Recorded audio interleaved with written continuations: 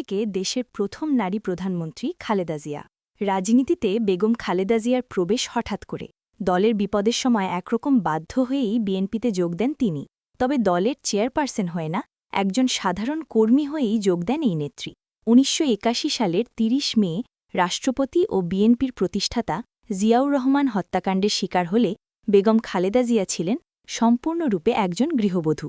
২ শিশু সন্তান তারেক রহমান ও আরাফাত রহমান কোকোকে নিয়ে তিনি তখন ঢাকা সেনানিবাসে বসবাস করছিলেন। রাজনীতির সঙ্গে তার সরাসরি কোনো সম্পৃক্ততা ছিল না।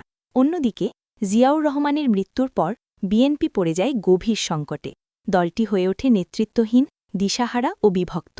জিয়াউর রহমান রাষ্ট্রক্ষমতায় থাকাকালীন খালেদা জিয়াকে প্রকাশ্যে খুব কমই দেখা যেত। রাজনীতিতে তার প্রবেশ অনেকের কাছেই ছিল অপ্রত্যাশিত। সিনিয়র সাংবাদিক শফিক রেহমান তার লেখায় খালেদা জিয়াকে বর্ণনা করেন একজন লাজুক ও সংসারমুখী গৃহবধূ হিসেবে, যিনি তার ২ সন্তানকে নিয়ে পারিবারিক জীবনেই ব্যস্ত ছিলেন। তবে বিচারপতি আব্দুস সাত্তারের বার্ধক্য, নেতৃত্বের দুর্বলতা এবং দল পরিচালনা নিয়ে অসন্তোষের কারণে বিএনপির একটি অংশ খালেদা জিয়াকে রাজনীতিতে আনার কথা ভাবতে শুরু করে।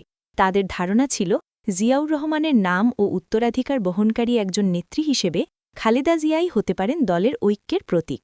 তবে শুরুতে রাজনীতিতে আসার ব্যাপারে খালেদা জিয়ার কোনো আগ্রহ ছিল না। রাজনৈতিক বিশ্লেষকদের মতে এর পেছনে একাধিক কারণ ছিল। প্রথমত, স্বামী জিয়াউর রহমানের নৃশংস হত্যাকাণ্ড তার মনে গভীর মানসিক আঘাত সৃষ্টি করেছিল। দ্বিতীয়ত, তার পরিবার থেকেও রাজনীতিতে জড়ানোর বিষয়ে তেমন উৎসাহ ছিল না। তৃতীয়ত, রাজনীতির অনিশ্চিত ভবিষ্যৎ ও ঝুঁকিপূর্ণ পথ তাকে দ্বিধাগ্রস্ত করে তুলেছিল। প্রয়াত সাংবাদিক মাহফুজ উল্লাহ তার বই বেগম খালেদা জিয়া হার লাইফ হার স্টোরিতে উল্লেখ করেছেন, জিয়াউর রহমানের আকস্মিক মৃত্যু খালেদা জিয়ার মনে এক ধরনের ভয় ও অনিশ্চয়তা তৈরি করেছিল। তিনি হয়তো মনে করতেন রাজনীতি মানুষকে করুণ পরিণতির দিকে ঠেলে দেয়। পাশাপাশি রাজনীতির কঠিন বাস্তবতা সামাল দিতে পারবেন কিনা সেই প্রশ্নও তাকে ভাবিয়ে তুলেছিল। পারিবারিকভাবেও তার বাবা রাজনীতিতে জড়ানোর পক্ষে ছিলেন না। এর পরেও বিএনপির নেতাকর্মীরা দিনের পর দিন তাকে রাজনীতিতে আসার জন্য অনুরোধ জানাতে থাকেন।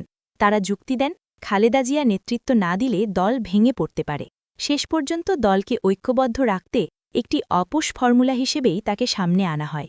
রাজনৈতিক বিশ্লেষকদের মতে খালেদা জিয়ার রাজনীতিতে প্রবেশ তৎকালীন সেনাপতি হুসেন মুহাম্মদ এরশাদের জন্যও উদ্বেগের কারণ হয়ে দাঁড়ায়। কারণ জিয়াউর রহমানের জনপ্রিয়তা ও উত্তরাধিকার বহনকারী একজন নেত্রী হিসেবে খালেদা জিয়া ভবিষ্যতে শক্তিশালী প্রতিপক্ষ হয়ে উঠতে পারেন, এ আশঙ্কা তখনই তৈরি হয়। এইভাবেই এক অনিচ্ছুক লাজুক গৃহবধূ ধীরে ধীরে বাংলাদেশের রাজনীতির কেন্দ্রবিন্দুতে উঠে আসেন এবং পরবর্তীতে দেশের প্রথম নারী প্রধানমন্ত্রী হিসেবে নিজেকে প্রতিষ্ঠিত করেন। বিএনপির চেয়ারপারসন হিসেবে টানা প্রায় ৪১ বছর দায়িত্ব পালন করেছেন খালেদা জিয়া।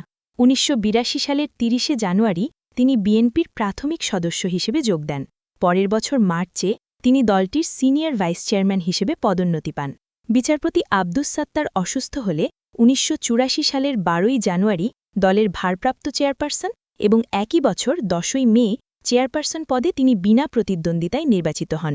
১৯৯৩ সালের ১ সেপ্টেম্বর দলের চতুর্থ কাউন্সিলে দ্বিতীয়বার, ২০০৯ সালের ৮ ডিসেম্বর পঞ্চম জাতীয় কাউন্সিলে তৃতীয়বার এবং ২০১৬ সালের ১৯ মার্চ দলের দশম কাউন্সিলে চতুর্থবারের মতো বিএনপির চেয়ারপারসন হন খালেদা জিয়া। আন্দোলন সংগ্রামে বিএনপির দায়িত্ব নেওয়ার পরই নানা প্রতিকূলতার মুখে পড়েন খালেদা জিয়া। দল ঐক্যবদ্ধ রেখে এরশাদের স্বৈরশাসনের বিরুদ্ধে আন্দোলন গড়ে তোলেন। এরশাদের শাসনের বিরুদ্ধে কোনো রকম সমঝোতা না করেই আপোষহীন আন্দোলন করে গেছেন, ফলে এরশাদের পতন ত্বরান্বিত হয়। ১৯৮৩ সালে খালেদা জিয়ার নেতৃত্বে ৭ দলীয় ঐক্যজোট গঠিত হয়। একই বছর সেপ্টেম্বরে জোটের মাধ্যমে সামরিক শাসনের বিরুদ্ধে আন্দোলনে নামেন। ১৯৮৬ সাল পর্যন্ত ৫ দফায় আন্দোলন চলতে থাকে। ওই বছর ২১ মার্চ রাতে আওয়ামী লীগ সভাপতি বর্তমান প্রধানমন্ত্রী শেখ হাসিনা এরশাদের অধীনে নির্বাচনে অংশ নেওয়ার সিদ্ধান্ত নেন, কিন্তু তাতেও এরশাদ বিরোধী আন্দোলনে দমে যাননি খালেদা জিয়া। ১৯৮৭ সাল থেকে খালেদা জিয়া এরশাদ হটাও এক দফার আন্দোলন শুরু করেন। একটানা নিরলস ও আপোষহীন সংগ্রামের পর ১৯৯১ সালের ২৭ ফেব্রুয়ারি অনুষ্ঠিত সংসদ নির্বাচনে সংখ্যাগরিষ্ঠতা পায় বিএনপি। অনন্য রেকর্ড নির্বাচনের ইতিহাসে খালেদা জিয়ার একটি অনন্য রেকর্ড হল ৫টি সংসদ নির্বাচনে ২৩টি আসনে প্রতিদ্বন্দ্বিতা করে সবকটিতেই তিনি জয়লাভ করেছেন। মঙ্গলবার ৩০ ডিসেম্বর সকালে রাজধানীর এভারকেয়ার হাসপাতালে চিকিৎসাধীন শেষ নিঃশ্বাস ত্যাগ করেন এই আপসহীন নেত্রী। ইন্না লিল্লাহি ওয়া ইন্না ইলাইহি রাজিউন।